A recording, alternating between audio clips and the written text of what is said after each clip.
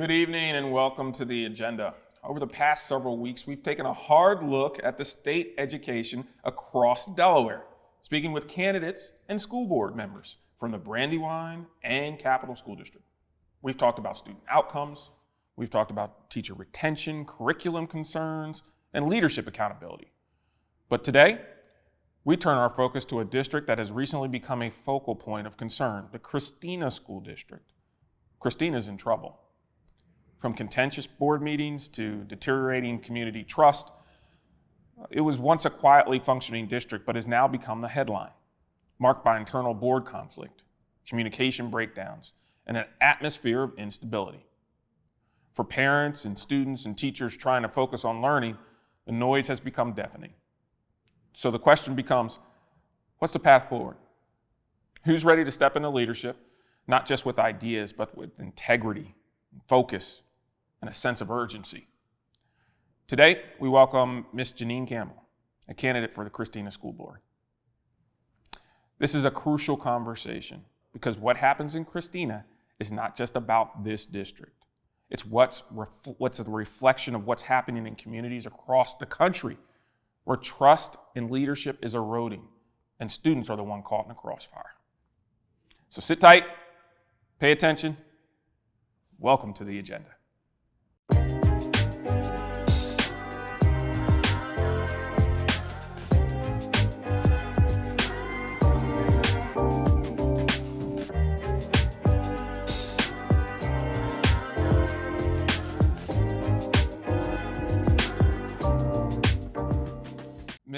Ms. Campbell, welcome to the agenda. Thank you for joining us. You are a first-time viewer. We are excited. Our first-time guest, I apologize. Thank you for joining us right here on the agenda. Christina School District is a district that I know personally. Just want to be clear, I'm a product of the Christina School District. Both of my parents work for the Christina School District for over 60-some years combined. I have family that works for the district currently. I have a lot of stake in them. I do. I care a lot. I've had guests on this show, Senator Townsend. We went to high school together, the owner of the station. We went to high school together, and we did well. I don't have the same confidence in Christina that I once did. So the board meeting that happened over the summer really kind of was a boiling point, and it boiled over. I think the turmoil with the superintendent is an issue, and I'm telling some of our viewers all of this because the viewers downstate may not have the same flavor as we do up here in Newcastle County, but they know a problem when they see it, and they know a problem when they hear it because they have their own downstate just like they do here. So when it comes to board seats, I am very interested to hear about you and let our viewers know, because you're sitting in your district right now in Wilmington. But I'm also very interested to know why. I'm very interested to know your expectations, your hit the ground running plan, meaning day one, and how you plan on righting this ship. Ms. Campbell, welcome to the show. Thank you for having me. I appreciate it. I'm glad to be here. Thank you. So tell us a little bit about yourself. Okay, so I am a mother of two. I am a community advocate, a mentor. I'm a substitute teacher with Kelly Educational Services. So I actually substitute in the Christina schools. And I am also founder of One Purpose Food Pantry that provides food to people in the community. And I'm also a health education chair for the Delaware PTA. So I do a lot of work in the community. Yeah. So why the Christina School District, and why run for a school board seat? So I get asked that question often because there's so much going on in the district. And That's the big question right now. As a substitute teacher, I am able to see the challenges that are faced by the teachers, the students, and the families on a daily basis. And then also, I have 2 children, and they both attended Delaware public school systems. And I had the pleasure of navigating that broken system with little resources and little support. And because of this is why I decided that I needed a seat in the room. Changes needed to be made. And I wanted to be a part of that change. So I decided that I was going to run for school board. So tell me, what is it that you want to accomplish by being a member of the Christina School Board? Coming in at this particular time in the district's history, dealing with big issues such as redistricting, so many other things. What is your intention? Okay, so my top 4 priorities: safer schools, educational equity, improved literacy, and better nutrition. Now, when we talk about safer schools, there was one day I was at one of the high schools, and that one day there was 3 fights, there was a bomb threat, and a teacher was knocked down in one of those fights when he tried to break it up. It was complete chaos. Our kids are not able to learn. Our teachers are not able to teach. That is an emergency to me. An educational state of emergency. Yes, it is. Mm-hmm.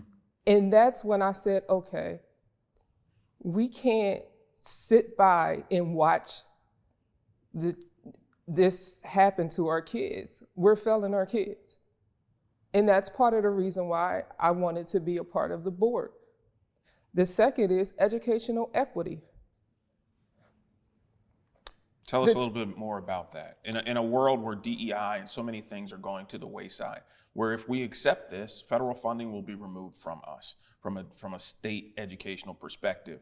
So when we're talking about equity, do you believe that that's a slippery slope that's leading us to a loss of federal funds?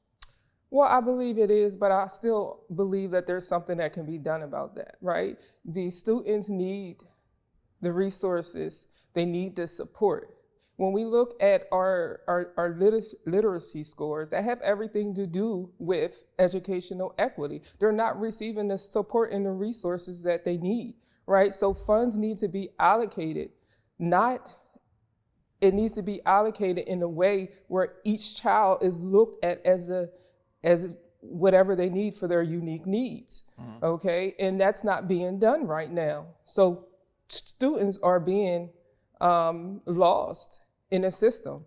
There's holes in our system. So we need to look at the way we distribute funding, okay? And so in order to do that, there's changes that need to be made.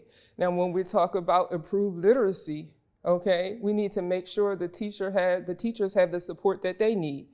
I know the Christina School Districts, they have some instructional coaches.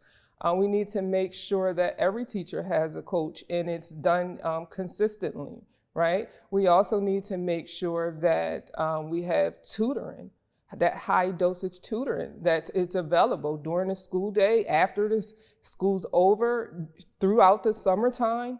We need that, and we need that additional resources and support, especially for those underserved students, okay? And when we look at better nutrition, that has everything to do with our students and their education. Just think. So let me stop you there. We have had about 6 or 7 candidates on the show so far from the school boards, from Capitol and Brandywine. And I want to bring up that you are the first candidate that even brought up nutrition in schools. It plays a big part, a big role.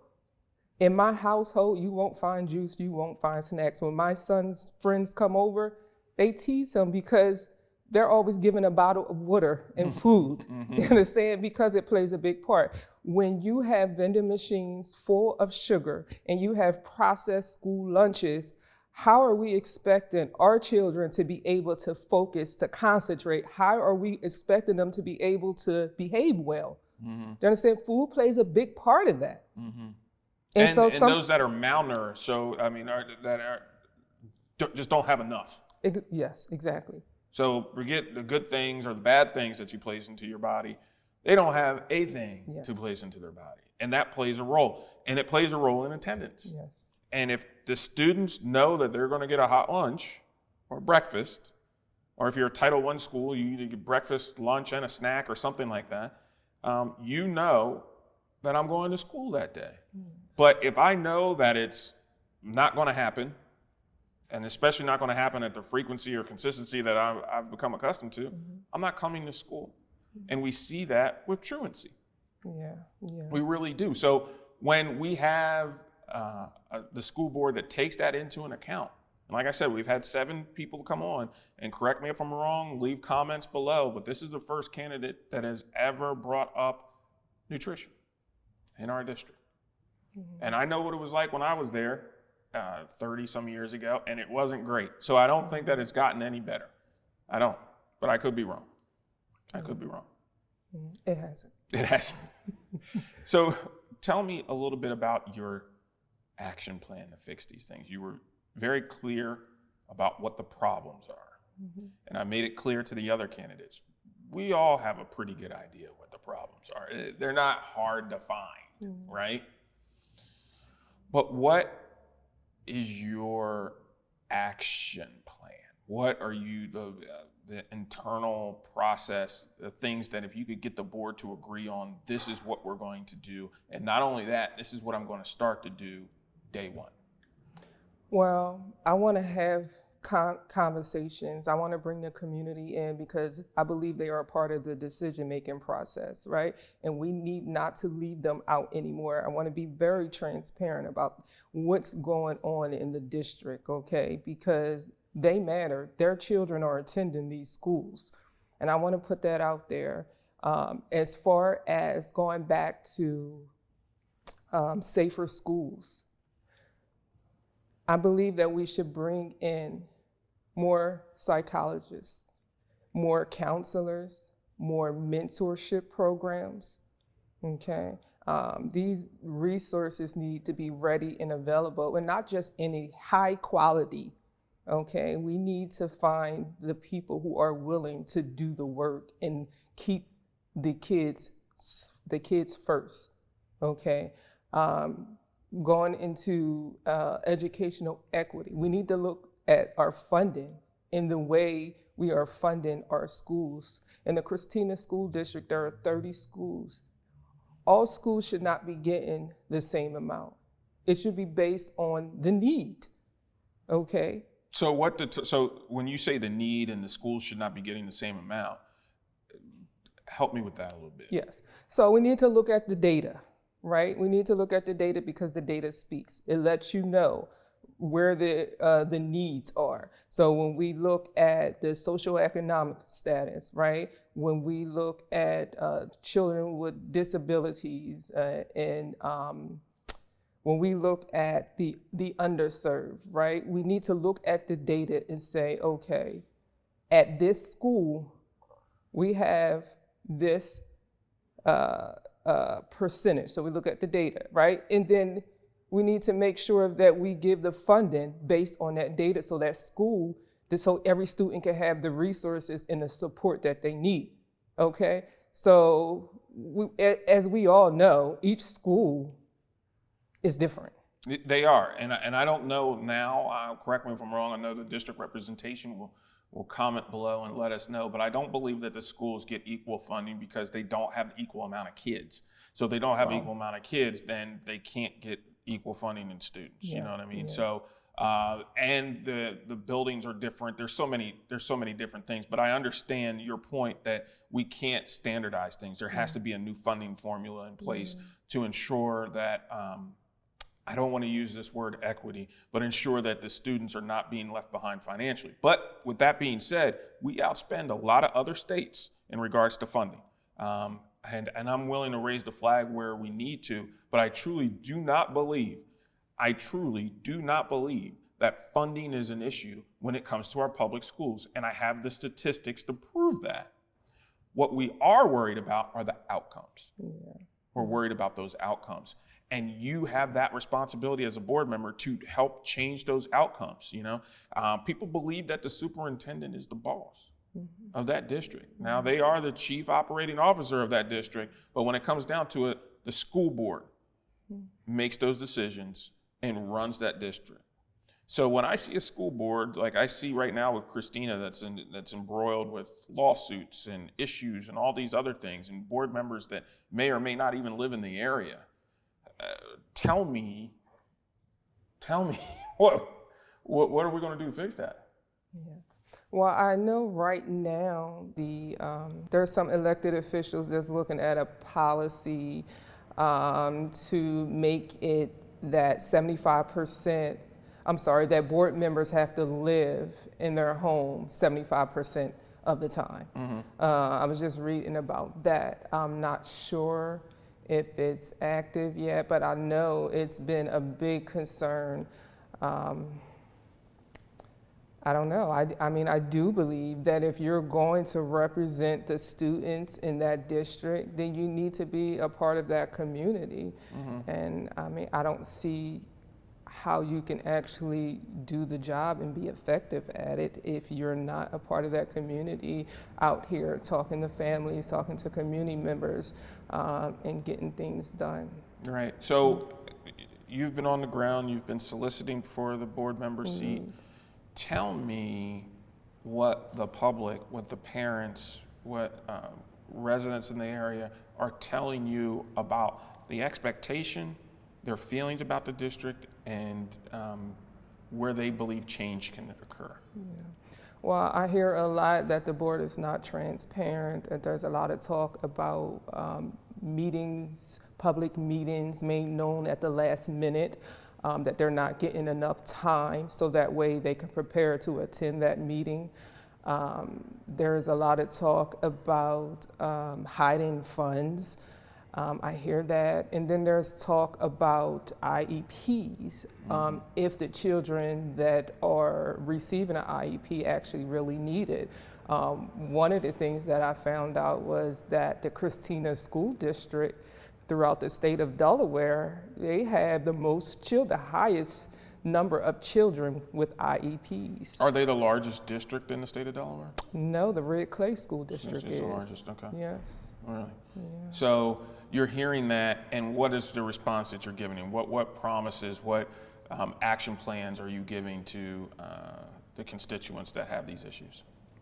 Well, to let them know that I plan to be transparent and communicate clearly with the community members and families, and to stay engaged because I want to hear from them. So just like I'm in a community now, even before my campaign started, I've always been in the community. I have these conversations. I think I mentioned, or maybe I didn't, but I'm going with the food pantry. We feed the families that serve, that's a part of the Title I schools. And so I get to meet families, have conversations. I get to meet school staff and have conversations with them. That's not going to end. There's a need, and I definitely believe if you're not part of the solution, then you're part of the problem. And so I want to see change happen, and so I'm going to continue to be in the community that I serve and hear from the community. Yeah, and although you mentioned off the air that your children did not attend Christina, and you did not attend Christina, tell people why Christina is the one district that you really want to throw your hat in the ring and get this done, because I'm sure that that's going to come up on other debates with potential candidates for the Christina School District. There may be questions from several members of the public. Tell us why you're choosing Christina, because we'd really like to know. Okay, so there's a couple different reasons.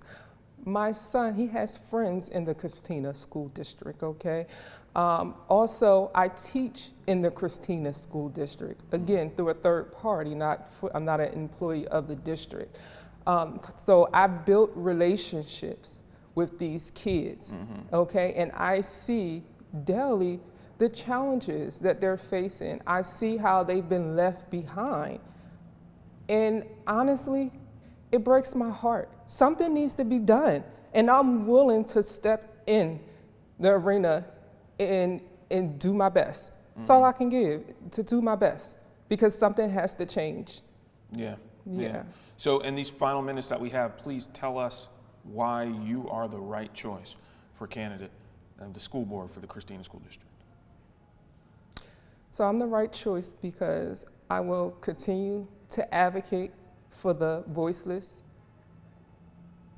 and consider diverse needs.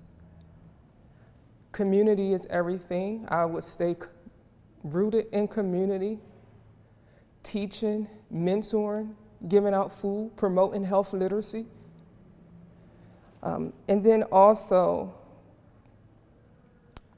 I'm going to continue to be honest, transparent, and I'm committed to this school district. I'm committed to these students. I will prioritize the students, the student outcomes. So the final question that I have is in regards to possible redistricting. I see it as happening fairly soon. There's no way around it, in my opinion. In Kerwin's world, there's no way around it. And when people are bringing you into this position, if elected, they would really like to know your opinion. So in regards to redistricting with the Christina School District and the schools within Newcastle County, what is your thoughts on that issue? I think it needs to happen. One of the problems I see, why are our kids going 20 minutes out the way when there's a school 10 minutes away? So I agree with the redistricting. I believe that, you know, if they're going to split the kids up, some going to go to Brandywine and some's going to go to Red Clay. I agree with it. I think it needs to happen. Ms. Campbell, thank you so much for joining us. We hope that it's not the last time that you join us here on the agenda. Please use our platform and getting your message and your cause, and keep feeding these children and doing the right thing. Thank you so much, and good luck in your campaign. Thank you. And there you have it. Another candidate, another opportunity to course correct. Let's be honest with ourselves. The dysfunction we've seen in the Christina School District isn't just a local issue. It's a warning of what happens when leadership turns inwards, when the focus shifts from students to squabbles, and when the board seats become battlegrounds for egos rather than platforms for progress. So far on the agenda, we've spoken with candidates from the Brandywine and Capital School Districts. Today, we've heard from the Christina School District.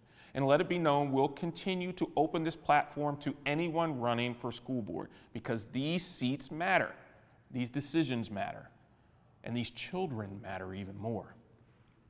But let's be crystal clear. School board spectacles are no longer going to be tolerated. No more. The arguments, the dysfunction, the performative politics, we're done with it. Because during all the bickering, what I'm not hearing is a clear action plan. I'm not hearing how you'll raise proficiency scores. I'm not hearing how you'll retain the support of teachers standing in underperforming classrooms every single day. And this is in a state that outspends most other states in the cost per student. The numbers aren't our problem. Accountability is. And the price of that failure is being paid by children who deserve better. This isn't about party. It's not about petty politics. It's about results. If our students can't read, can't write, and can't calculate at grade level, then every other promise, economic, social, or civic, or otherwise, starts to collapse. We are building a future on a foundation of sand, ladies and gentlemen. To the current and aspiring leaders of our school district, we are watching. And more importantly, we are expecting. We are expecting courage, we are expecting competence, and we are expecting you to choose the children over chaos. Soon, right here on the agenda, we'll have ongoing statistics, both good and bad, to share with the public on district performance. That's every district in the state. And when we do, there will be no hiding behind talking points or blaming the past administrations. The data will speak, and it will speak loudly. Thank you for watching the agenda. Stay informed, stay engaged, and as always, stay safe.